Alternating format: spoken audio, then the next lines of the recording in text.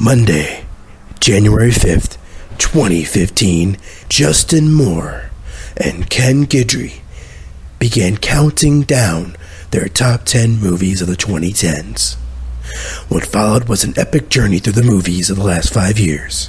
In the previous episode, they counted down from 10 to 6. With Justyn's list, starting from number 10, he had Paul Thomas Anderson's Inherent Vice, Spike Jonze's Her, Jeff Nichols' Take Shelter, Catherine Bigelow's Zero Dark 30, and Martin Scorsese's The Wolf of Wall Street.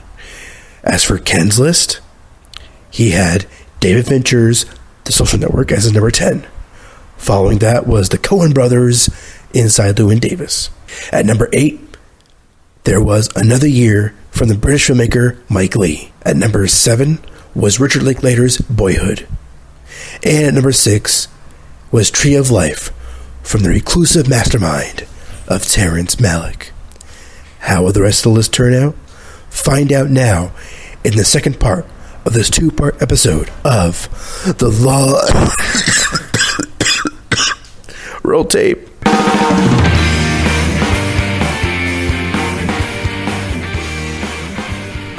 Hey, we're back. This is The Long Take. Hope you're feeling it because this is a long episode. We like to talk about movies. I think we made that clear, especially in this episode.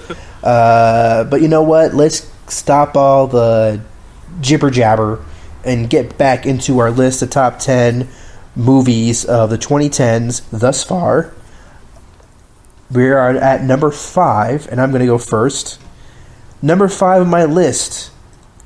It's funny because for my 2013 list, this was actually below Inside Llewyn Davis. But doing my 2010s lists, I had to bump it up because I've seen it twice. I saw it twice in theaters, which after I tell you what it is, you're gonna feel a little bit something for me because this is not an easy movie to watch once, and I saw it twice in theaters. I had to see it for my wife because she wanted to see it. The movie is Steve McQueen's 12 Years a Slave with Chiwetel Ejiofor, Michael Fassbender, etc. What should I even say about this? I mean, it's just the premise alone. Watching Solomon Northup, he doesn't start out as a slave. He starts out as a free man. He lives in upstate New York. How his story is told is just, it really gets to you. It really got to me emotionally. And what I love about this movie especially is the way Steve McQueen approaches this material as conventional as Steve McQueen can make a movie. I mean, he still had plenty of flourishes. Who could forget that scene where he has that noose around his neck and he's just hanging there, and you just see everything else. You see the plantation and just everything else is kind of going on as normal, and there's Solomon just choking to death, near death. And I mean, I've heard people say that scene was a bit much, and screw you. Seriously, I cannot understand or take any of those specific criticisms about how there's too much torture in this movie, how it's white people won't like this movie because of white guilt. Just seriously, fuck that. All right, that's just bullshit. Because this movie, there was only one way to approach this movie, and Steve McQueen did that. Okay, he told it as clearly as possible, and this is a guy who made Hunger and Shame, which aren't exactly the most accessible movies, I would say. So the fact that he was able to make something accessible, with 12 Years a Slave, and yet the violence and the torture is just so hard to watch, that there's like this juxtaposition, of like the torturous scenes and the overall accessibility of the movie, that it forces you to get sucked into this movie, and it also forces you to witness the horror of what these people had to go through. So, yeah, I mean, this movie was just, it's a fantastic movie, and I really, really enjoyed it. Justyn? I'm reticent to talk about it because it might be on my list. All right, so let's go with your number 5. My number 5 is a movie that came out of the year 2010, and it's a movie that another one, kind of like Take Shelter. I forgot how much I loved it until I reminded myself that came out in the time that allotted for this little list that we're working on here. It's a movie that tells a story of a father who has who's living with some tough news, and he has to live with the fact that his days may be numbered, and he's got to take care of his girls, and he's got a job to do, and it's a director whose name is very fun to say. Oh boy! Just give me 1 second. What are you gonna say? What's it gonna be? Alejandro González Iñárritu. Okay. The movie is Biutiful. Javier Bardem, in the finest performance that I've ever seen of his. Iñárritu has made a number of movies, a number of great movies. Babel, Birdman, which I've yet to see, but Biutiful is my first movie of his that I've seen. And this was back when I was just like, I saw this movie on the shelf at my school's library, and I was just like, oh, that looks interesting. Javier Bardem. I don't. What was he even in? He was in No Country for Old Men. That's what I knew him from. So I picked that up because I was like, oh, he probably had this whole career before he made No Country for Old Men. He's a Spanish-speaking actor. Let's see this. Let's see this movie, and it just floored me. The imagery in this movie, the story that you're exposed to. I don't want to give any of it away because if you haven't seen it, I urge you to. It's just a beautiful story, and it blends dreams and reality, and I could go on and on. I don't know if you had mentioned having some foreign language films or maybe just foreign films. I don't know if that was the UK film of yours, but I was wondering if you... Oh no, the UK film was Another Year, but that's not the foreign film. That's not the foreign language film on my list. And no, Biutiful isn't on my list. But go on. But yeah, that's really all I have to say. It's just an incredible film. Yeah, I mean, actually, that's probably might be the one movie on the list that I don't necessarily agree with you on how great it is. I do think it's very touching and very moving in places, but part of me felt that it was a little bit heavy-handed in some respects. Mm-hmm. But I definitely respect its placement on the list because Javier Bardem gives a fantastic performance, and Iñárritu, he may have his faults at times, but I will say that it's a well crafted movie and well told, overall well made. I have my issues with it, but I definitely respect its placing on your list. Yeah, this isn't one that we've never really talked about. So I just because it is about this character who has cancer and he has all this time left, and I felt like it was a little bit, it's touchy, when you have something like that, when you have a subject matter like that, about how you balance out like the heaviness of a story like that. And Iñárritu, I don't know if you've seen his other movies at this point, but he has a tendency to linger on like these really heavy emotions and feelings, and it could be a bit suffocating after a while, and it was for me. But you know what? I definitely do respect the movie, and I really dig that it's on your list because I did not see that coming. So that's pretty cool, though. It's always nice to be surprised. That was really cool. I was really beautiful. That was terrible. Yeah, I was trying to do away with making that cheesy connection. Oh, Biutiful is a beautiful film, but you did it for me. So I am the worst pun master on the planet. Anyway, so let's go to number 4. Number 4. My number 4 on my list was already on your list. It's Catherine Bigelow's Zero Dark 30, and now let's continue that conversation. Yeah, I agree with you that it's great. Obviously, it's higher on my list than yours. When I, not to whatever, but yeah, I really this movie really just it was a fascinating movie to watch, and I will say I think the reason why the last 40 minutes or so of the movie is so great and so fascinating and so intense is because despite the fact that you know what's going to happen, it's Osama bin Laden's death. Like, you still want to know how it happened. It's so... Yeah. And there's so much detail involved. And, mostly it's like first-person perspective, I think, where the camera just kind of reveals it. You don't really know what you're going to see next in those moments. And, I think Bigelow directed, shot those scenes perfectly, set up those scenes perfectly. And there was a... Yeah, is that right? I don't mean to interrupt you, but I kind of forgot about that. That last portion where you're in the compound or whatever.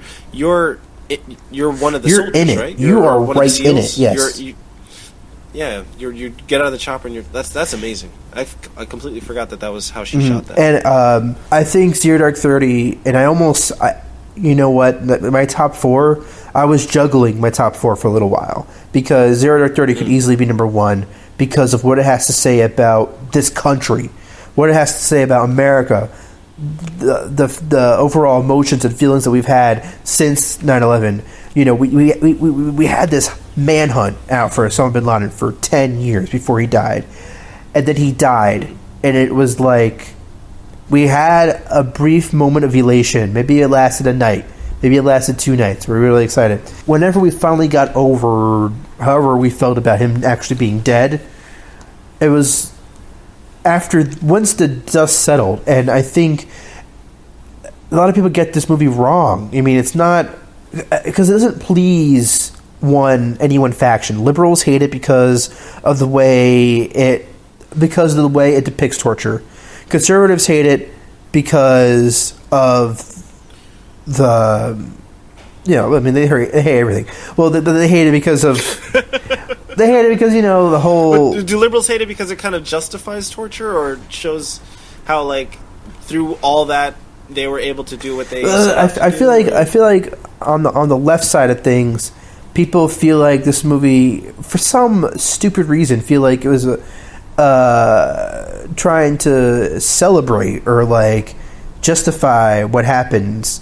But I didn't get that at all. Exactly. I mean, there was such horrible readings of this film when it came out that it was my number 1 movie of 2012 at the time, but I had to read all these really stupid and just short-sighted views because I think there's a lot of strong emotions about all this stuff. Yeah, everybody has an opinion. That's another reason why I appreciate this movie so much is because despite all that, Bigelow and screenwriter Mark Bowl pursed through that and find a story to tell. Create this character Jessica Chastain, which is a combination of different CIA agents, and she gives a great performance too. But they find this character and they find this story, and I don't think America likes it when someone puts a mirror onto itself. I don't think we like that. I think we enjoy moments. There's a reason why a lot of blockbuster movies are the highest grossing movies of all time. There's a reason why Avatar is the highest grossing movie of all time, or why Titanic is. Because Titanic, it happened so far long ago. For us, it's like fantasy. Yeah. With Avatar, it's pure fantasy. It's another world. It's just, it's all popcorn and fare. Even if it has some, hints of going green and environmental stuff, it wasn't enough to really offend Middle America. You know what I mean? Zero Dark 30 was this type of movie that is tough to swallow, no matter what part of the United States you come from. I guess it kind of it kind of points a finger right at your chest. Yeah. And because at the end, Jessica Chastain is not happy that Osama bin Laden's dead. I think with her, it's just her whole career up to that point was finding this man, and now he's gone, and now it's did that really solve anything? Did that really make anything better? And the answer is no. Right. No, it did not. Nothing. I mean, the war in Afghanistan is finally over, but there's still Al Qaeda. There's now ISIS in Iraq. There's still horrible things happening in this country, in the world. You know what I mean? All over the place, and nothing's really changed. What has changed is the mindset of America since 9/11. That America before 9/11, America after that, two different countries. You know, we're kind of insane now. I mean, we still are. There's no partisanship anymore between politicians and between people. I mean, you know, you find out your uncle or whoever is a Republican, you might be able to have a Thanksgiving dinner with him, but you try to talk politics with even your family members, and it gets really contentious now because people are so blood red hot about their feelings about this country, about the direction that this country is going.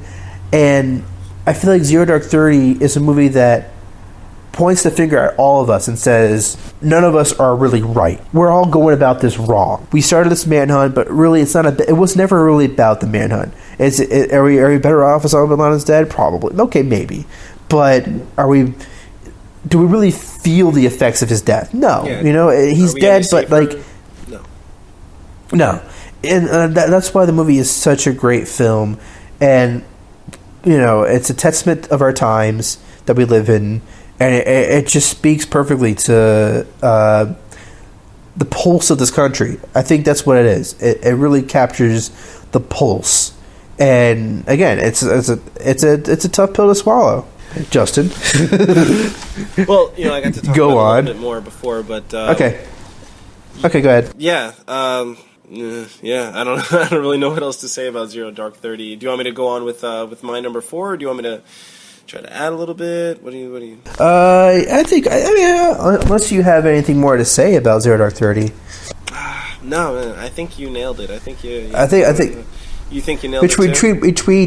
Between you and me, I think we covered it. Let's go ahead. Go with number 3. Okay. Well, for me, this is number 4.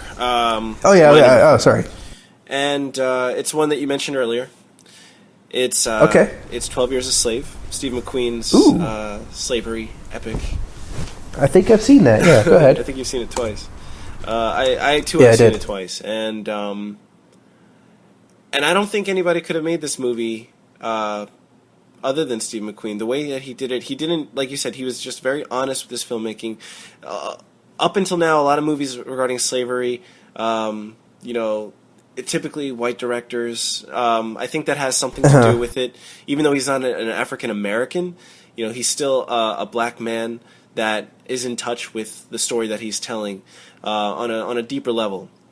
So I'm glad that you're seeing that. With Selma, this is a black woman telling this story, and not just like I know that's kind of a racist thing to say, but no, not like in the terms like being you're a racist because you think that's bad, or but saying that a black person can tell a story differently than a white person.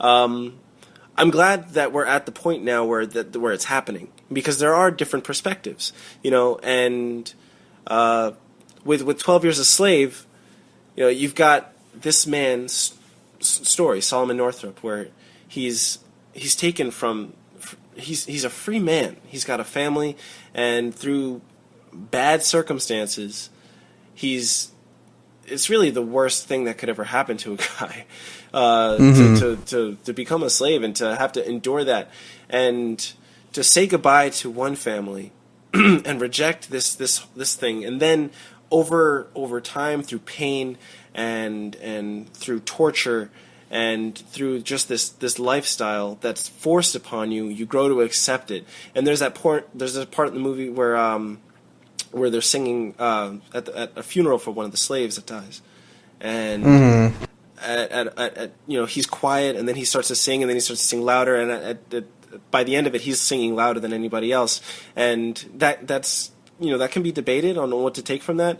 But for me, I think it's him finally saying, this is who I am now, and this is where I am. And after all that he was giving up. Yeah, he gave up. It's like, I should just stop rejecting this and accept it.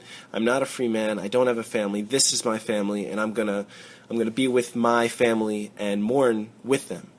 And it's amazing. Like, I'm kind of getting chills or goosebumps right now thinking about like how I felt watching this movie, because it does have some shit where you see it and it's hard to watch, but it's the truth. Yeah. And he tells it from this perspective where he's not it's not grandiose. He's not showboating. He's just showing you what happened, and that's why I say he's the only one who could really tell the story, because that's the kind of director that he is. And at the end, I don't know what's more painful, watching Lupita Nyong'o's character, I can't remember her character's name, but watching her character get beaten, or watching the look in her eyes when Solomon's taken away. Because how do you do that? How do you say, this tragedy is happening, but I'm getting saved, and I'm going to have to say goodbye to all you guys and kind of just accept that this is happening, but there's nothing that I can do, so I'm sorry, but I'm leaving. And, how do you do that when you have these conversations with people? Like, there's that part in the movie where she wants him to kill her because her life is so terrible, because Michael Fassbender's Michael Fassbender's performance as a slave owner, he's so despicable. He's so evil with the way that he treats this girl. And she's just this young girl who's just born into this, and she doesn't know any better. And Solomon does, and Solomon's able to go away, and you see him walk away, and just the look of, she faints as the camera follows him on the carriage. You see her just fall down, because that's her hope, and that's the only one that she has, and he's going. So what is there? She can't even stand at that point. That's such a powerful movie, and I really think that movie is going to really stand the test of time, because I think that years from now, people are still going to look back at that movie and say, "Wow." Yeah, I think it's a movie that everyone in this country has to see or should see. It's a movie that I'm going to make my son see. It's a movie that I hope he makes his son see. You know what I mean? Yeah. Or makes his children see. It's such an important movie. I think the reason why it really resonates, the reason why it really gets to us, there's always reasons why it resonates with you. You know what I mean? But for someone like me, it's a different perspective. You know what I mean? Right. The sneaky part, what makes 12 Years a Slave such an interesting story, is because Solomon Northup is born a free man and becomes a slave. If he was always a slave, I think there would have been a separation between me and the movie. But because he was born free and becomes a slave, you can put through that, you become part of that experience. You go from one experience to another. And I think that, that was the story anyway. But I think that's the reason why it clicks, because you all of a sudden you are in this world and you can't look away. You could try, but this is what it was. This is what it was like. It probably was even worse than this. This is a rated R movie, and like you said, that scene where Lupita Nyong'o begs Solomon to kill her, and he doesn't, and then she gets whipped, and just, you said the look on her face when he leaves, but the look on her face to him after she gets whipped, it's like he has to do the whipping, and it's like, why didn't you kill me? Why? What's wrong with you? And it's like, it's insane to think that way, but it's like, because we value life so much, and Solomon, because he was born a free man, he probably values life, at least somewhat, even if he's still a slave at that point. He probably feels like, there's a chance, there's something, but for many of these people, there is no chance. There's no way out. Yeah. They are stuck there for the rest of their lives. Even if slavery was going to be abolished like 10, 15 years from now, who knows if any of these people would even last that long. People were dropping dead just because of exhaustion, because of masters abusing them to death. It's a hard movie to watch, a hard movie to take, but that's our history. That's American history. American history is it's funny how it's such a boring class to sit through. You know what I mean? Yeah, right. And it's like, fucking watch this movie. It's just, not that it's not boring, but it's like, this is our American. This is really our American history. You know what I mean? This is really what it was like. And it's not. It doesn't. Again, like Zero Dark 30, it points the finger kind of back at us because it's like, so how many people have you heard like, dude, slavery ended 100 and something years ago. Get over it. That mindset, and it's like, we watch this movie. It's like, people are like, what? Why do I have to watch this movie? It already happened, and it's like, this is what our country was like. This is what it was actually like, and we're supposed to be like, I'm of course proud to be an American. Whatever. Let me say that again. Of course, I'm proud to be an American, but I'm not proud of a lot of this country's history, and then there are a lot of countries present. I mean, there's a lot of shit that's not worth liking now or in the past. And 12 Years a Slave highlights the past. This is what it was really like, and it's hard to deny it at that point. And that's why I think it's such an important movie to watch, because it's like, you think American history is boring or whatever, well, watch 12 Years a Slave and then tell me that it's not worth learning about. Trying to understand, parse through this part of our time. Everyone needs to know that this is what our country was like. Everyone. Yeah, I agree with you. Like, a lot of people, I think, will have that mindset where it's, we know this story. We know that slavery is bad and that it happened, that it's over, and, let's move on from it. But there are hundreds, if not thousands, of stories for every one that was born into slavery and died, or tried to escape and was hanged, or got raped by their slave. They all have stories to tell, stories that are more than worth a movie. And this is our history, and the only way to really grasp it and to understand it is to face it head on. And this movie looks you right in the eye. At one point, Solomon, damn near looks you right in the eyes, and he's saying, "This is your history. This is what happened." And the sooner that that was a really bold choice because that really could have went wrong. I mean, I remember watching. I was so sucked into it that moment really got to me. But there's so many directors who could have like a Ron Howard or something like that, who really could have like overplayed that and looked right into the camera, and it would take you out of it completely. But for some reason, the way Steve McQueen, it was like the right moment. He just picked the right moment to really He's so damn do good, that. Man. And that's what his third. He's got Hunger, Shame, and 12 Years a Slave. That is one hell of a rise, man. He's got. I mean, he's got himself to compete with at this point. Yeah. But all right, so let's go to. What's your number 3?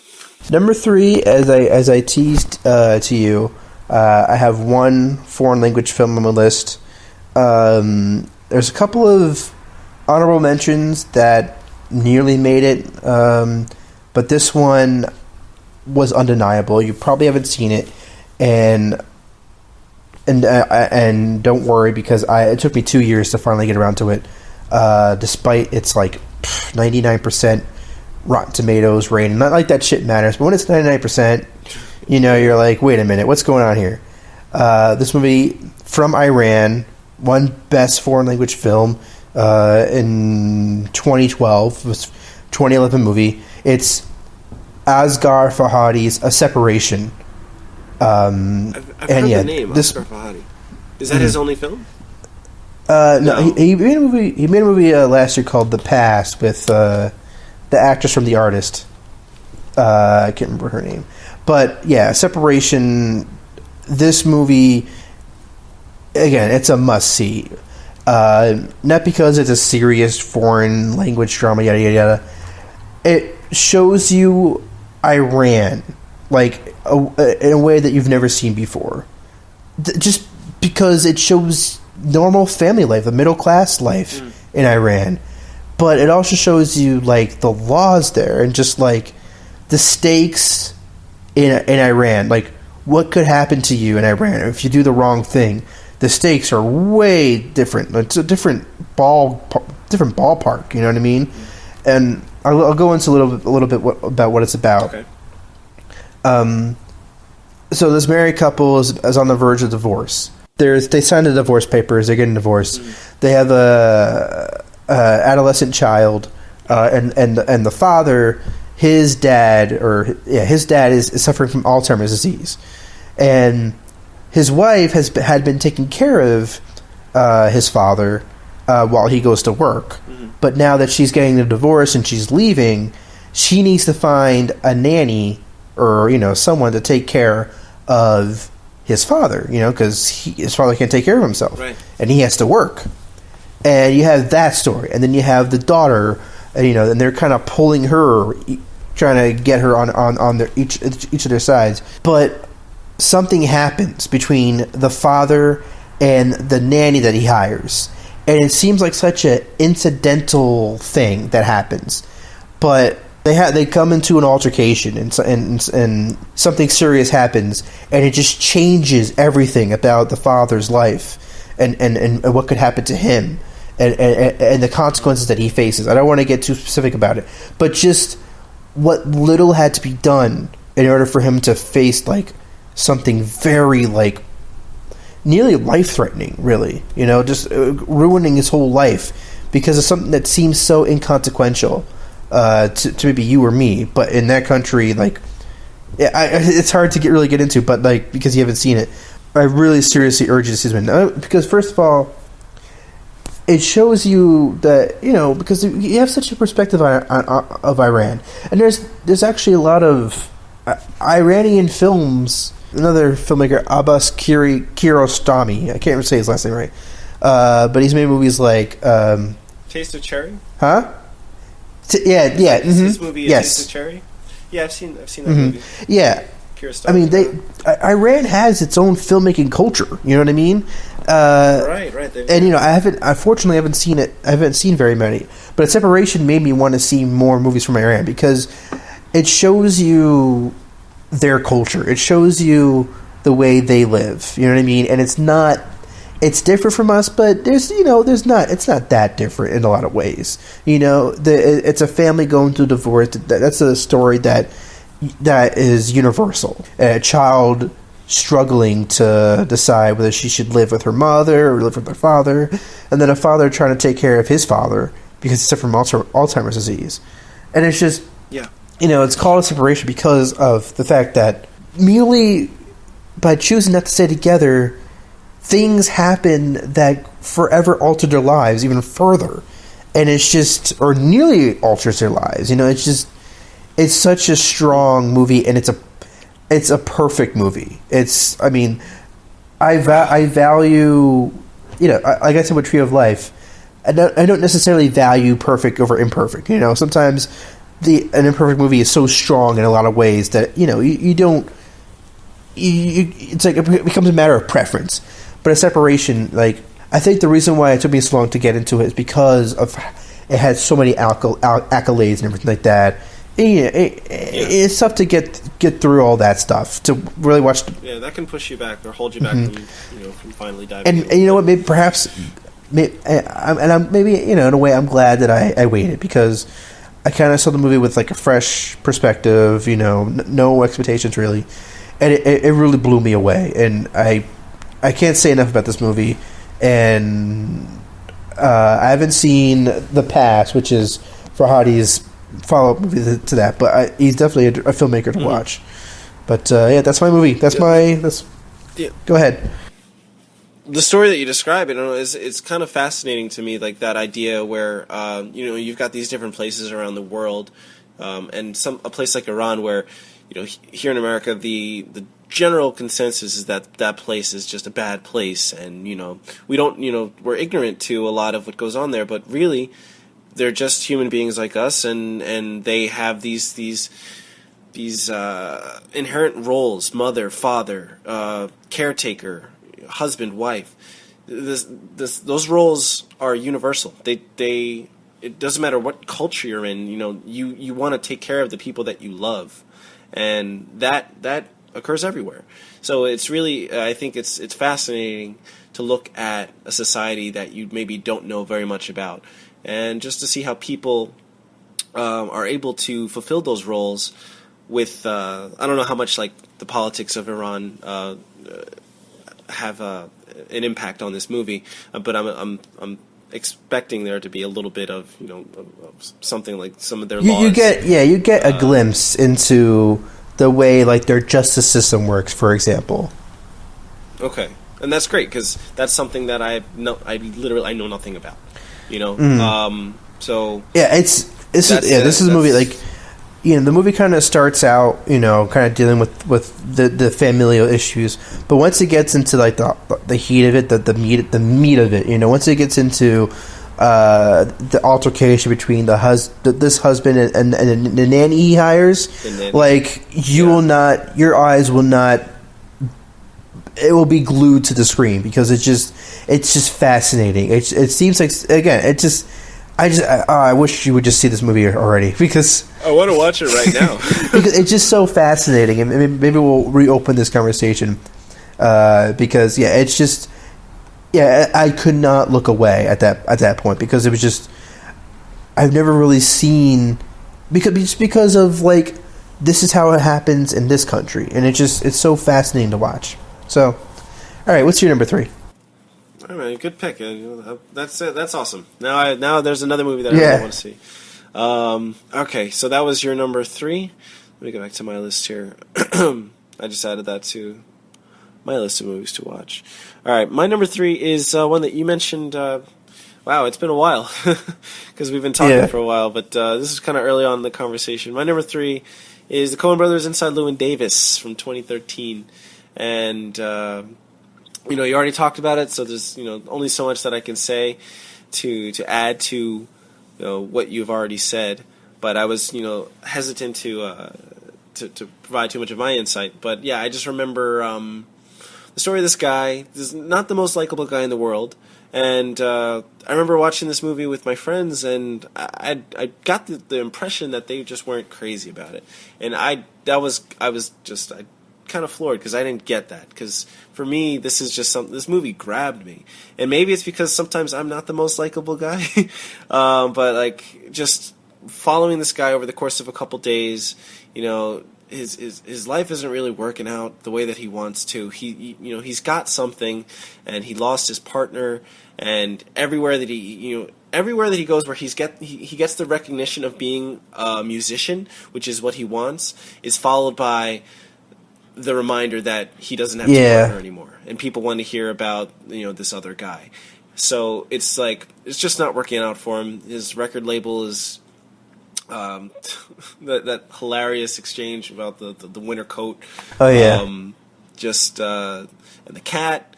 And I love Carey Mulligan, so that's part of it too. But this movie introduced me to Oscar Isaac, which was nice. I saw Drive, but I didn't realize that he has a very small role. Oh yeah. But he's great in that too. But anyway, just I don't know, man. It's just the Coens, and they just are able to do something that other directors couldn't do on their best day. And maybe it's because there's 2 of them, and they're just so in sync with each other, and they're able to just work together and make this magic. Whether it's Fargo or No Country for Old Men, the list goes on and on. They've been doing it for so long. Inside Llewyn Davis seems kind of like a departure almost, because it's a smaller story, and it's just this guy and is it 1970s? 1960s. In the early winter, 1960s. 1960s, okay, yeah. Before everything takes off, before Bob Dylan, right before he's on the cusp. And this is kind of like, the guy who has what it takes, but just missed it. The timing was a little off. Just wrong place, or right place, wrong time. And the music in the movie, it's a funny movie, which I think that's part of why my friends didn't really like it much, because they didn't realize that it is kind of a comedy. Oh, yeah, definitely. And that's the thing that they're able to do. They're able to take these movies that seem like dramas, but find the comedy in the everyday and the mundane, and a guy eating cereal, talking about Elvis and the army. I don't know, just just a wonderful. I want to watch it now, and I can't remember the last time I've seen it. I've only seen it a handful of times, but it just tapped into something in me, and the cinematography is incredible. Though the way that they're able to show this, like, just very cold, like you had mentioned the warmth. Like, there's that part where he goes into the studio with Adam Driver and Justin Timberlake when they're recording that song, and it's kind of like a whole different world. It makes it seem like almost magical because you're so used to seeing him walking around, either whether he's in like a cold, dingy apartment alone, or he's chasing a cat around the subway, or he's walking on the sidewalks. The whole movie kind of seems cold except for those certain points, and I'm kind of reminding myself like certain parts of the movie that I want to get into, but I don't want to talk too much about it because I don't want to go on and on. We've been talking for a while, but yeah, you talked about it before, so just I'm kind of repeating what you had said before. Well, you talk about the cinematography, and it's like I felt like I could almost smell that apartment. You know what I mean? That he stays in, right? Or that I could I could smell the smoke in those clubs, or I can the subway that he rides. I could feel like I could feel the coldness. I could smell it. I can almost taste that era. Like, the movie just feels, like I said, I talked about how the Coens build worlds, and that's what that really should mean. That you could smell the movie almost, that you can almost taste it. And by the end, I just wanted to hug it. I wanted to embrace it. You know what I mean? Because as exactly. Llewyn Davis, as tough as he might be, it's like he just needs a hug. You know what I mean? Like, he just needs to know that it's going to be all right. And yeah, right. Like, come on, he plays that song for his dad, and yeah, it's like this poor guy can't get a break. Yeah, I mean, maybe he's kind of a bastard because life has been a bastard to him, it's just, and perhaps it resonates with you and it resonates with me because he is a musician trying to desperately seek his dreams, of becoming a star, or of becoming successful in his industry.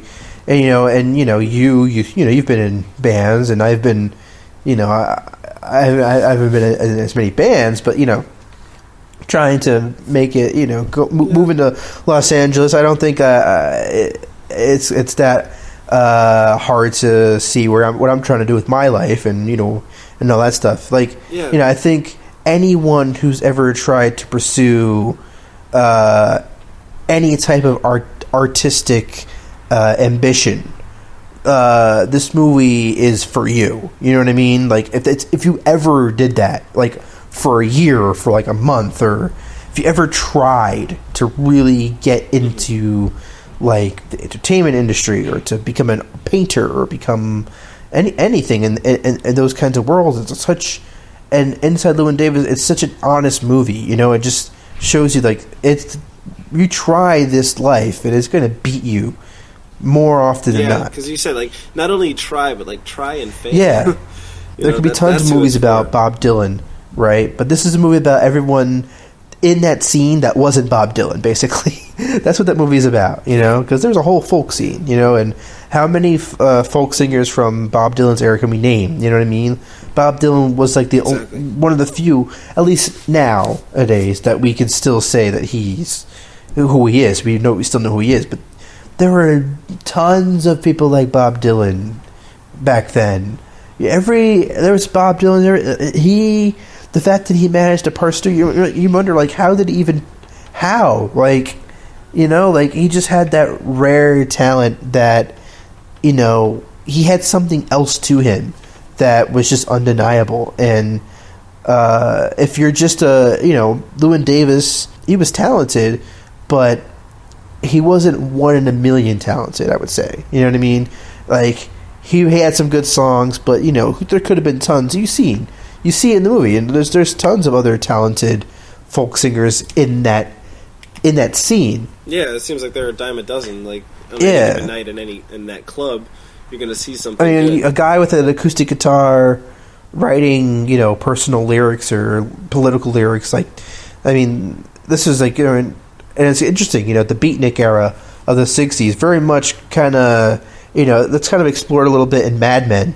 And it kind of like leads way to like the hippie movement during Vietnam, like the free love. It feels like those, the beatnik movement and the hippie movement kind of like, it's like a lot of those people kind of like turned into hippies. You know what I mean? That's what it seems like. The transition from one movement into the other, and like it became about like free peace and love and free love and all that stuff. But the beatnik era was, I felt like it was like discovering your artistic self, whereas like the hippie movement felt like it was more like discovering like your being, your essence, or whatever shit you could say, or it's like it's a beatnik movement but with LSD involved. I think that's what it was. All right, let's move on to number 2. All right. Yeah, we're getting down to it. All right. Number 2 What you got on my list. This is where we get to the big guns. All right. Here we go. Number 2. We saw this movie together, you and I. It was at the Angelica Film Center, September 15th, 2012. The movie is Paul Thomas Anderson's The Master. What's your number 1? That's my number 2. I know. I said, what's your number 1? I think you already know. You should know what my number 1 is because I already. All right, whatever. Oh, never mind. Okay, go ahead. I mean, you don't know. I mean, whatever. No. Number 2, The Master. Yeah, I mean, I told you I was juggling my number 4, my top 4. I was especially juggling my top 2, and The Master was number 2 in my top 10 of 2012 at the time because Zero Dark 30 was such an undeniable movie for me at the time, and it still is. And honestly, at that time, I couldn't decide, and I picked Zero Dark 30 at the time because of how politically relevant it was at the time. But The Master, I had a feeling it would eventually creep up above that movie because, like Inherent Vice, and like There Will Be Blood, Paul Thomas Anderson just manages to make movies where, or at least the last 3 movies, where you're watching it and you legitimately, except for Inherent Vice for you legitimately do not know what's going to happen next. And like the pacing is so, like, it kind of goes its own way, you know what I mean? And you just don't know what to expect. And I think that's the reason why, like, The Way We Blood took a couple of years for people to really appreciate that movie, beyond, like, the Oscar nominations and stuff. Like, really, because I think people respected it at the time, but not really love it until a couple of years later. And The Master, hopefully it has a similar story, because I can understand for a lot of people it's a hard movie to love, but it wasn't for me, because I got it right away for me. I understood it was really about the relationship between Freddie Quell, right? And Freddie Quell and Lancaster. Lancaster Dodd. And it's really about how they really want to make that relationship work. They really enjoy each other's presence, you know what I mean? Lancaster helps out Freddie Quell, or at least he thinks he is, and Freddie Quell, in a way, is helping out Lancaster Dodd. He kind of frees him up, he allows himself to like let loose around Freddie Quell, He just, because he has all these things he's doing with himself. He's a writer, a nuclear physicist, and all that stuff. But he's really just a man, just like you. Hopelessly inquisitive. Yeah. And that's really what, if you think about it, that's kind of what Freddie Quell is. He's a hopelessly inquisitive man.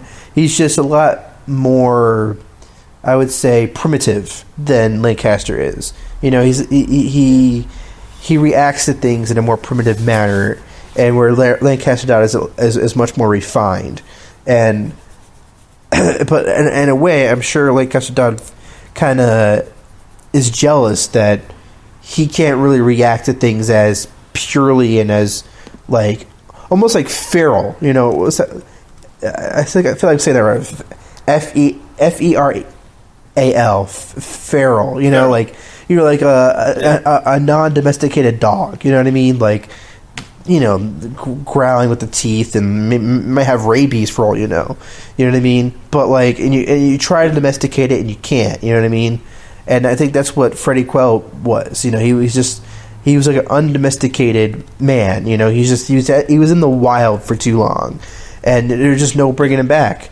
And then the movie, delves a little bit into Scientology and all that stuff. And I think people were expecting. I feel like people were expecting like a biography of Scientology or something like that.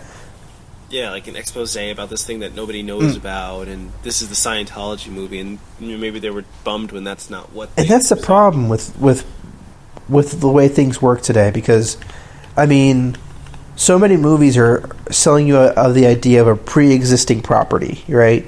A movie about Alan Turing, or a movie about.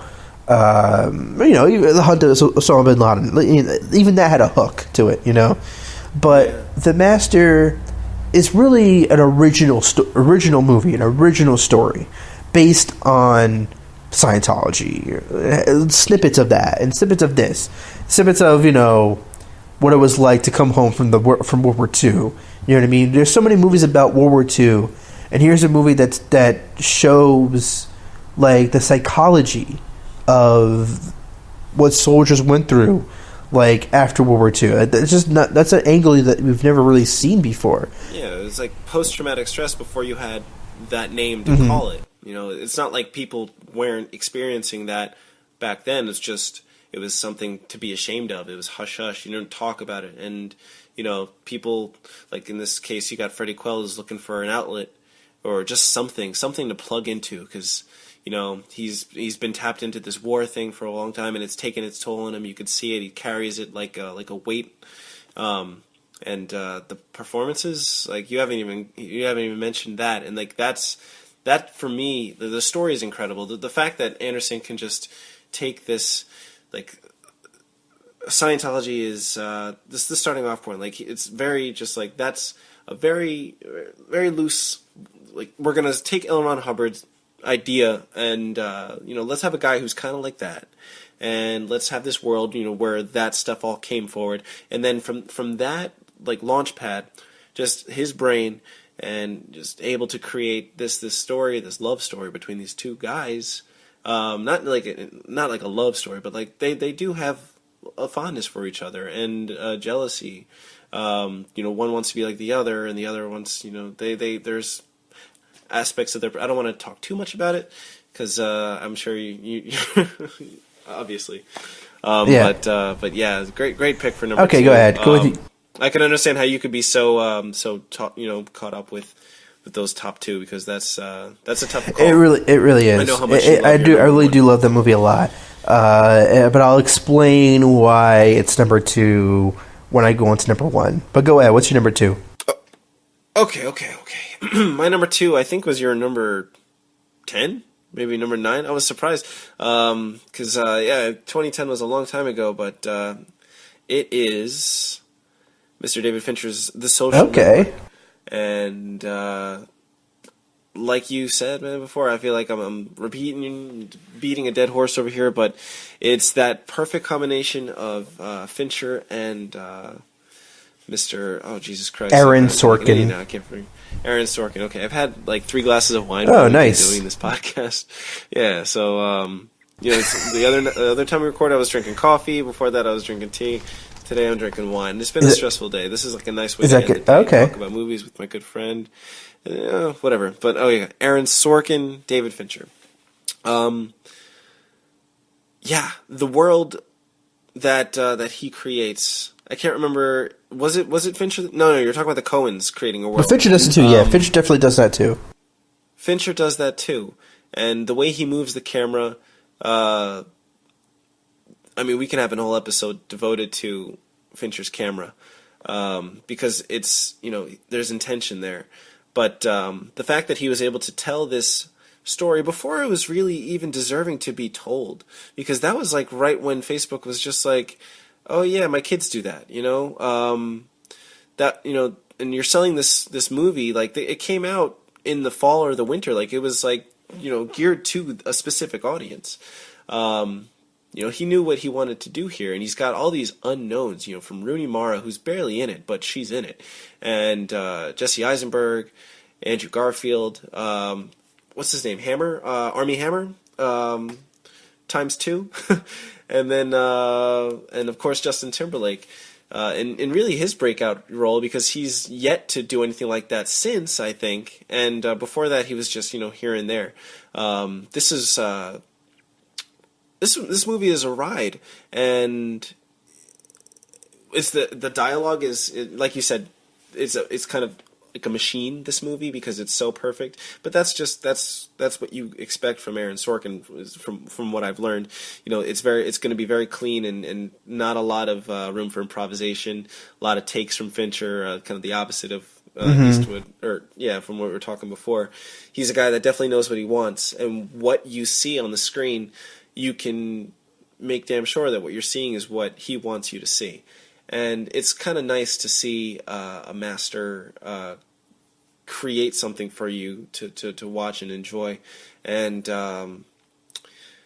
it's been a while since I've seen it, but it's one of the movies that I ordered. We were talking about that before. It's one of the movies that I'm waiting on. And I think it's the first one that I'm going to pop in, because my sister just got this brand new big-ass television for Christmas, and I've got my Blu-ray player, and I'm ready to just sit back and enjoy it, because it's a beautiful movie.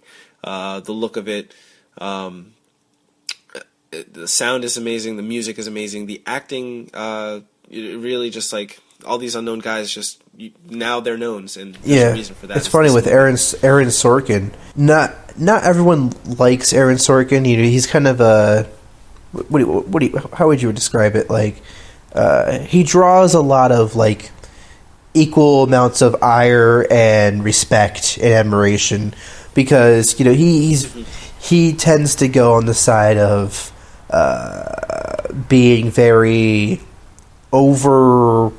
When he uses dialogue, like he tends to overdo it. You know what I mean? He tends to, it has that snappiness to it. It'd be like, it's kind of like the guy at the party that like you kind of hate him because he just sounds so fucking smart, and you think he's full of shit, but he's able to do it in a way it's like, okay, that guy is that smart, but for you just got to get over. For him, like, dialogue is like a game almost. It's like a word game. He just likes words, and like he likes repetitiveness. And he'd be like, "Did you get the coffee? What do you mean did I get the coffee? Of course I got the coffee.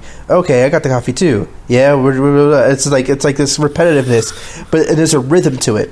And you know what it is? Yeah, it's right there in that first scene. Yeah, exactly. And when you talk, because like they're talking about one thing, and then like should we talk about like the doorman, and like all of a sudden like they'll talk about more about the relationship, and then like Eisenberg will go back to talk about the doorman. Like nothing's off the table. You know what I mean? Like it's like cyclical. The Aaron Sorkin speak. And I realized, with you describing it, it's like, why is it that Aaron Sorkin's script especially works here? Why is it? And why is Sorkin and Fincher especially such a great team here? And I think the answer is, when you watch The Newsroom, because The Newsroom is Sorkin at his worst. It's Sorkin going off the deep end. Like, it's just he goes too far with his style, because that's the Jeff Daniels show. Yeah, and Aaron Sorkin writes every episode. He created it. And there's handheld camera, and it's too much of a mess. I can't get through it. I couldn't get through the first 8 episodes of the show, because it's just a mess to watch. Sloppy, and Fincher's so clean that they kind of balance exactly, each other and out. that's why The West Wing worked a little bit more. I enjoy a lot of The West Wing because the shots are tracking shots. I mean, you have the famous walking and talking in The West Wing, where people everyone's very busy, and they're and they get papers. So someone gives them papers, and then they do the paper. You know what I mean? Like, here, sir, I got you the thing. Oh, thank you. And he signs the thing, and he keeps walking, and then talking about important things. And everything's happening at once. But I think the director was Thomas Schlam. And he developed a great relationship with Sorkin with that show, because he was able to have, like, controlled shots, controlled tracking shots. And with Fincher, like, so much of his style is about control. It's about, like, the omniscient camera, that it's everywhere, that it could be everywhere, it could do anything that it wants to do. And with Sorkin, like, the movie runs like a machine, because that's probably the best way to treat a Sorkin script, is to treat it like, because Sorkin's like a machine, the way he writes. The movie just has such a perfect rhythm to it. You could listen to the movie. You know what I mean? You don't have to watch it. You could listen to it. Yeah, you don't have to watch it. And that's not just a testament to Sorkin. It's a testament to Fincher. It's both of them, because of Fincher's able to make it work rhythmically. Because he directs with the rhythm. And I totally understand why it's number 2 for you. It is definitely, for me, a lot of these movies are like writer director type things,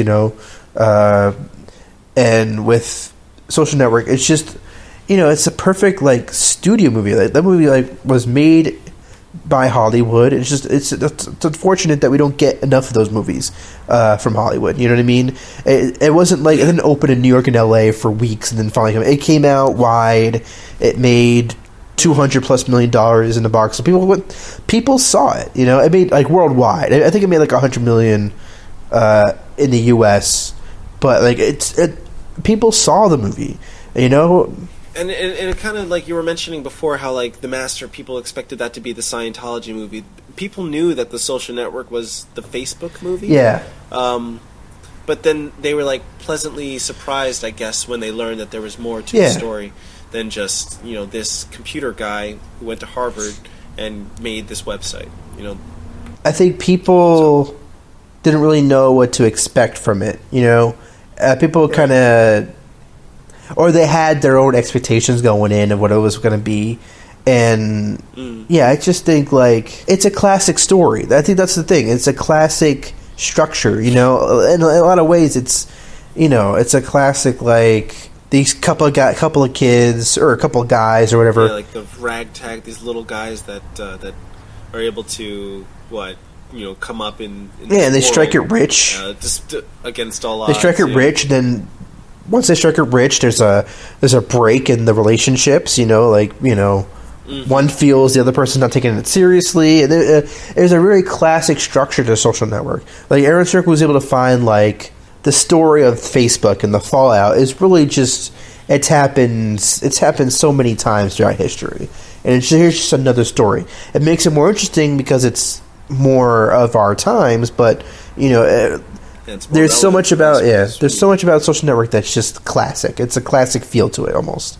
Maybe that's why it has kind of it's a little timeless. Yeah. All right.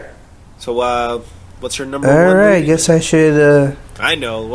I guess maybe some other people don't know what it is. All right. Well, if you don't know what it is, I guess I understand if you, like, fell asleep or something like that. Okay, number 1 is Martin Scorsese's The Wolf of Wall Street. No need to tease it. And okay, I probably should explain myself. Yes, The Master, I love it. I think it's a fantastic movie. And I had a hard time with this, but there was a certain point where I just decided, I saw it for a third time recently, and I just decided, this is the best movie of the decade so far. Watching it for a third time, I just couldn't deny it anymore, because it's just such the perfect movie about this country. Again, like Zero Dark 30, it reflects so many things that's wrong with this country, and yet in a lot of ways it's about, like, the classic rise, to riches, kind of like the Social Network too. But for this one, it's rise to riches while screwing everybody else along the way. But then you realize that happens a lot too. That's not exactly unique. But what Wolf of Wall Street does is, what's even more fascinating about it is it's a trilogy with Goodfellas and Casino. But instead of it being like these Italian mafia guys, it's guys that are doing things that, unfortunately, a lot of it is kind of legal, and because they are these rich, wealthy people, even when they get caught, their punishment isn't that terrible. and it's like you realize that they have it made. Like they gotta, and like we want to be angry about it, and you're like, and you know, there's questions about like Jordan Belfort, the real Jordan Belfort, actually whether or not he made money off this movie, and yada yada yada. Those are tough realities to face. I understand that, and there's tough moral questions about this movie, and I feel like that's why it's such a important movie for me, or to me, you know, is because it has all these tough moral issues with it, because it's kind of hard around the edges, you know, it's rough around the edges, you know, and you know, one of the first scenes is Jordan Belfort snorting, what was it, like coke, or I don't even know what drug he's doing off that prostitute's asshole, right? Oh, like yeah. that's like one of the first. That was just like during the intro montage thing. It's one of the first scenes in the movie, and it's like if you know that's going to be the rest of, like. This is what we have to look forward to for the next 2.5 hours. Yeah. I don't know. It's just, and you know what? I was kind of worried because I was going through my top 10. And there's not really a comedy in it, which, you know, I always feel like comedy kind of gets the short end of the stick. I agree. But Wolf of Wall Street is a comedy. It's a 180-minute comedy for sure. I mean, it's comedy in that, like, you know, there's a lot of horror around it because just how many people get screwed because of these guys. But for me, it's just like, it's just funny, just the way this country works. But just more than that, like, these characters are funny. And, like, you know, the interaction between Jonah Hill and Leonardo DiCaprio. You know, you say Leonardo DiCaprio was really unhinged. And I think, I feel like, and Jonah Hill did this with Moneyball. You wonder why Jonah Hill got so much love and praise for Moneyball and Wolf of Wall Street. It's because he made his co-stars better. He does. Yeah. I didn't even mention Jonah Hill when I was talking about it. That's my fault. He does that though. I mean, he didn't really like the Jump Street movies, but like he makes Channing Tatum like a actual legitimate, like, funny character. Like he makes people better.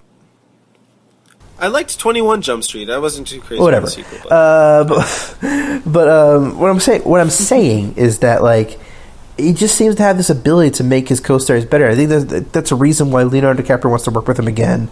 Why Brad Pitt, they seem to really enjoy his style. It's funny because, like, DiCaprio and Brad Pitt come from, like, you know, these very different worlds than, like, Jonah Hill. Jonah Hill's from, like, the Apatow crew, and, like, he comes from comedy, and Brad Pitt and DiCaprio, you know, they make serious dramas with these Hollywood A-listers, you know.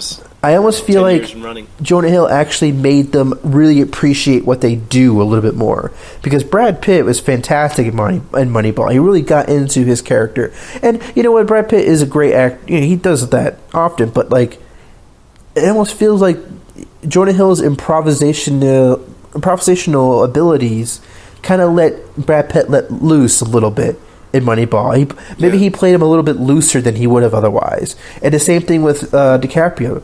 DiCaprio, he's unhinged, but he's also kind of loose. He kind of lets himself just dig in and just let go. Because he's so many times he's played, you know, you think of Inception or Shutter Island, where he's so tightly wound, you know. Yeah. But here he just goes, he just forgets it, you know. He just lets himself be part of the moment, and it just seems like Jonah Hill, he gets that out of people because he comes from the Judd Apatow improv school almost, you know, like, you know, he kind of got his like lessons from, you know, acting in Superbad and Knocked Up and all, and you know, Funny People and all those movies, like lessons from like Seth Rogen and you know, Paul Rudd and all those other guys, because he brings that, especially with Wolf of Wall Street. I mean, one of the funniest scenes of the last couple of years is in Wolf of Wall Street. That whole elaborate, all of it, like, and it's in like it's what's funny is like it's in the third hour of the movie with Jordan Belfort driving home, like he's on the Quaaludes. And then he's like climbing over the counter to. First, he wants to kill What's the character's name? He wants to. Hill's character? He wants to kill Jonah Hill's character, whose name is Donnie Azoff, and he wants to kill him. And then all of a sudden, Donnie, he's choking, and then Jordan has to save him, and it's just. It goes in so many different directions. The whole sequence. By the end of it, you're almost exhausted because, A, you were laughing your ass off, but B, because it's just so elaborate. It's one of the most elaborate comedy sequences that I've seen in a long time. And Scorsese may not be known for his comedy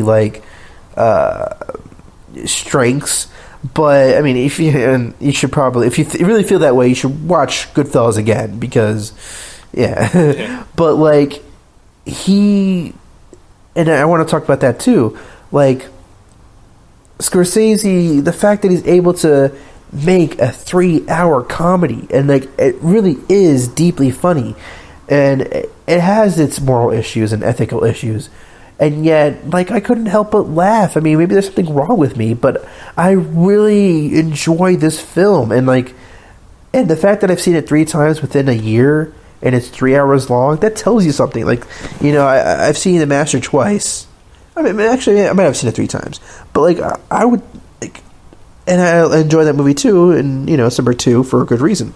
But The Wolf of Wall Street is it's a masterpiece. I mean, that's there's no other way to describe it. It's he did it again, and Scorsese, Paul Thomas Anderson's one of the great filmmakers of our time, but Scorsese proves with Wolf of Wall Street that he's still the greatest. You know what I mean?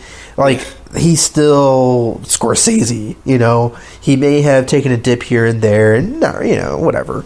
But with Wolf of Wall Street, he puts himself back into on the map. You know what I mean? He was always on the map, but it was he reminds you why he's revered so much with this movie. And it's he's 71 years old, and just the risks he takes with this movie, you have to look back and I don't know how many other 71-year-old directors have really ballsed out with a movie like this. I don't think there aren't that many. It's just you've got the situation we were talking about Eastwood, where it's just he's making movies because he can make whatever he wants now because he's got the name recognition. Scorsese's he looks at it in a different way. I've got the name recognition. People are going to give me the reins. I'm going to get final cut on a 3-hour movie, a studio picture.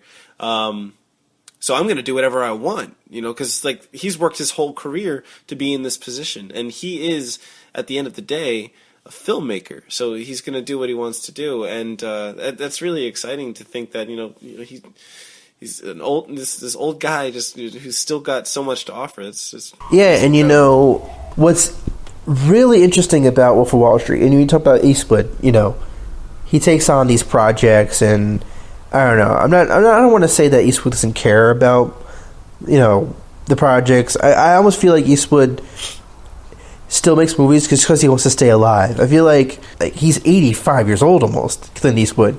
You know what I mean? And I feel and he's still prolific. He made 2 movies last year too. He made Jersey Boys and American Sniper. He's what? It's incredible. Even if his movies are that great, it's still incredible. But with Martin Scorsese, he directs every movie as if it's a passion project. And the thing is, they're not always that. I mean, Wolf of Wall Street wasn't a passion project. For him, it was Leonardo DiCaprio's passion project that he brought to Scorsese's table. And it makes you think back to with Raging Bull. Raging Bull wasn't his passion project. It was De Niro. De Niro forced it on him. Right. Scorsese didn't even like sports. He didn't even like boxing. But he found a way into the movie. You know what I mean? And it wound up becoming his most personal, most emotional movie yet. And The Wolf of Wall Street, same thing. It wound up becoming his funniest, almost powerful, most risk-taking movie that he ever made. And it wasn't even his passion project. Paul Thomas Anderson's The Master, he was trying to get them made for a couple of years, and it's great, and it came out. Scorsese, he does this all the time. And not everything comes out as good as the Wolf of Wall Street, but you always get the feeling that he's making a movie, that he's putting everything into it. He's putting everything, all that he could possibly put into the movie, and that's especially true with Wolf of Wall Street. And he comes out on top with this movie in so many ways. And it's The Master. I love it, and there's so many great scenes in it, especially, and a lot of great performances. With Wolf of Wall Street, it just made me feel in awe of a director who's just done that so many times before. And maybe if The Master was like Paul Thomas Anderson's like 20th movie, and he's made like 15 classics, I would be even more impressed with The Master. But Paul Thomas Anderson's at his peak. He's in his 40s, and all that. Martin Scorsese, this is like his 30th movie. How is he still doing this? It just doesn't make any sense. How does he still have the energy to do this shit? Yeah, it kind of defies logic. And that's why I think that's why ultimately I'm more impressed, just slightly, with The Wolf of Wall Street, because it just gets the edge. Because it's like, here's a man in the latter part of his career who's already made Mean Streets, Taxi Driver, Raging Bull, After Hours, Last Temptation of Christ. He made Last Temptation of Christ was his passion project. He made that 25 years ago. Goodfellas, Casino, Gangs of New York, which is another passion project of his. And now he's about to mark on his next passion project, which is Silence, which has taken forever to make too. What's this now? Just a quick sidetrack. What's he doing? Silence, about the Jesuit priests. Yada yada yada. I almost kind of disappointed because the original cast for Silence was Javier Bardem and Gael Garcia Bernal, and I think Daniel Day-Lewis was originally attached to it. Yeah, but now it's different. I think, who's in it now? Adam Driver, Liam Neeson, and Andrew Garfield. I mean, I'm sure he'll make it work, but the original cast was just insane, almost too good to be true, and I guess for a good reason. But it's so in the 17th century, two Jesuit priests faced violence and persecution when they traveled to Japan to locate their mentor and to spread the gospel of Christianity. Yeah, he's been trying to make that for a decade now. So yeah, that's his passion project. Wolf of Wall Street was just thrown in his lap, and he was able to make that. What he was able to make, that's what he was able to make. And so that's it's incredible to me. And just the fact it's a 3-hour comedy, you know what I mean? That it actually is funny all 3 hours, you know what I mean? That's impossible. It should be impossible to do. And the fact that a lot of people hate it, I guess maybe I just like movies that a good portion of people hate. You know what I mean? You go home for Christmas, Thanksgiving, be Wolf of Wall Street, there's too much sex in that movie. I don't know. I just cocaine everywhere. A lot of movies on my list. 0 Dark 30, Tree of Life. They all each had their fair share of detractors, but and I think that makes it more, because I already really love the movies. It makes me love them even more because I feel like I almost have to protect them and defend them. You know what I mean? And they're worth defending. You know what I mean? They're worth protecting. I don't know. So that's my case. And well, I'm glad that you ended it on that note. And now that you've kind of convinced everybody that that The Wolf of Wall Street is better than The Master, I'm going to go ahead and start talking about that. Good.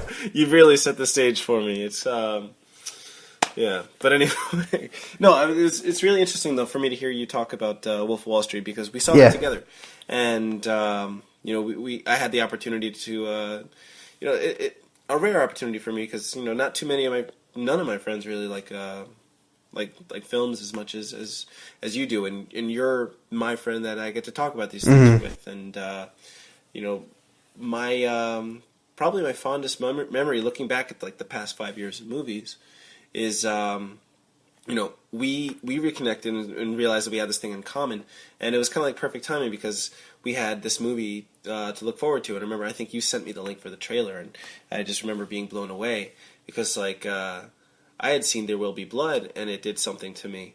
And that was before I even knew the name Paul Thomas Anderson. I just really liked that movie. That movie to me was more about Daniel Day-Lewis than anything.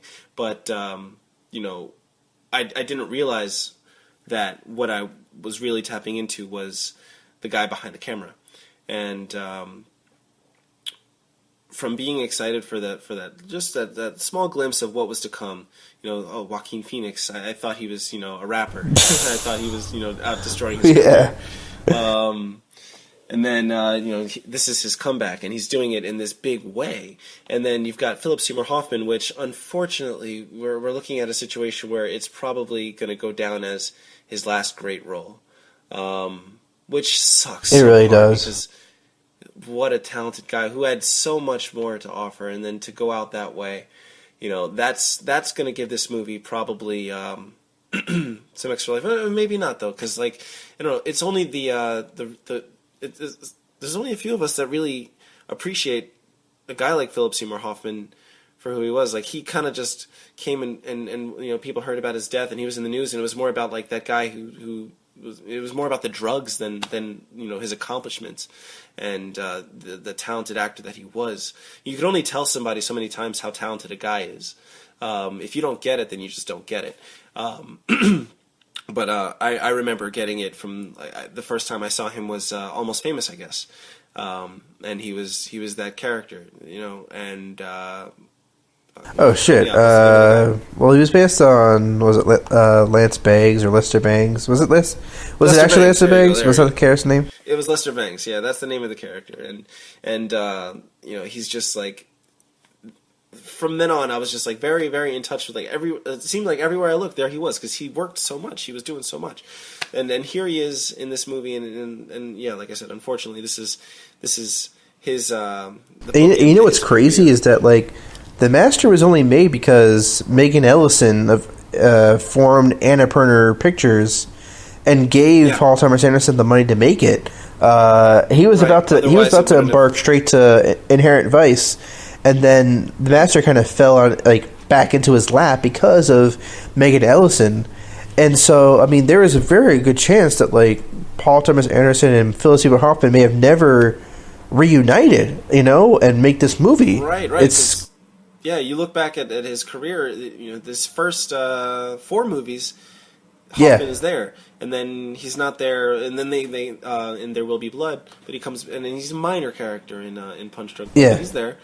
And then here he is, and this is like the first time really that the movie is featured. Like it's really he's like a star of the movie. Yeah, he's the star of the movie, and then it's just him and Joaquin, and just like this actor, you know, these 2 guys showing down, and really it's just this is it's sweet despite the world that it all takes place in. You know, you've got this post World War II scenario where these guys are coming back, and like the guy says in the movie, you know, a lot of people are not going to understand this condition that you all have, and even today we don't understand the condition that these soldiers come back.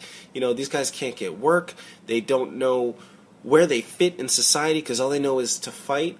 You know, this movie doesn't really dive too much into that, but that's where it starts. You know, it starts with him with this helmet on, and he's a soldier, and he's, you know, he is drifting from world to world, and he doesn't know where he fits. You know, he can't put on the suit and tie and go to work. He just can't. So, as luck would have it, he meets this guy, and they form this uncanny friendship because they do something to each other. I think Freddie looks at Dodd and sees the order in his life, and sees, you know, that he's able to do these things that he kind of wants to do. He's a puzzle piece that fits into a puzzle. You know, he's got a role, and Dodd and Freddie doesn't have that. And Dodd looks at Freddie and is like, this is this guy who can do whatever he wants. He creates, you know, these awesome drinks, and you know, we have that in common, but he's just like, he can float around the world like a feather in a breeze. You know, he's got nowhere that he belongs, and they both kind of long to be each other to a certain degree, and they have hope in each other that ultimately is false hope, because, you know, people are always better in your mind than they are in reality. It's kind of like, looking at your parents. Your parents are superheroes until you realize that they're just human beings. And it's kind of like these guys get hung up on the idea of each other. Oh, this guy can help me. And maybe this, from Dodd's perspective, maybe this guy can show me something about myself that I didn't even know, and influence this thing that I've got here with the cause. And ultimately, they're let down, and that's a very real thing. And it's tough to tell that story because it's a challenging watch. Not for me, and maybe not for you, but for a lot of people. I tell them about this movie, The Master, and who knows if they watch it, and if they do, they might be thinking, what the hell is Justyn talking about? Because a lot of people just didn't get it.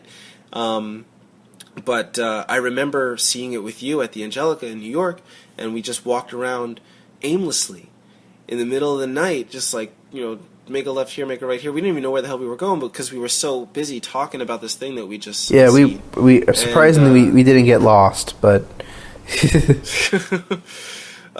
got lost in conversation though. We were just all over the place because it was hard to wrap our heads around this thing. And I've seen it multiple times since then, and even to this day. And I think that says something. Like even to this day, I'll watch it and I'll maybe pick up on something new.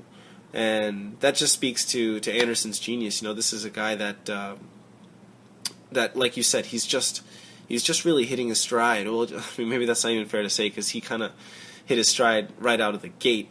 But he's continuing to grow as a filmmaker. And God, I'm just gushing over here about this movie. All right, Justyn. Well, this has been crazy long take. All in one take, no cuts. Yeah, we've been now going for over 2 hours. 2 hours and 17 minutes. Much like Rudolph the Red-Nosed Reindeer, it will go down in history. So, but next episode we will be doing Inherent Vice, and hopefully we'll be able to refine ourselves and edit ourselves a little bit better and make I won't have to spend 5 hours trying to edit the next episode. But this one, you know what? There's a lot of great stuff. I think this is our best episode so far. We just keep getting better. I think it's a top fiver. Really, I think it's in the top 5 of our episodes. I don't know. We've made 5 episodes, but expect Inherent Vice next time around. And this is Ken from Los Angeles. And this is Justyn from somewhere in New Jersey. He won't tell us still. And good night and good luck. This has been the long take.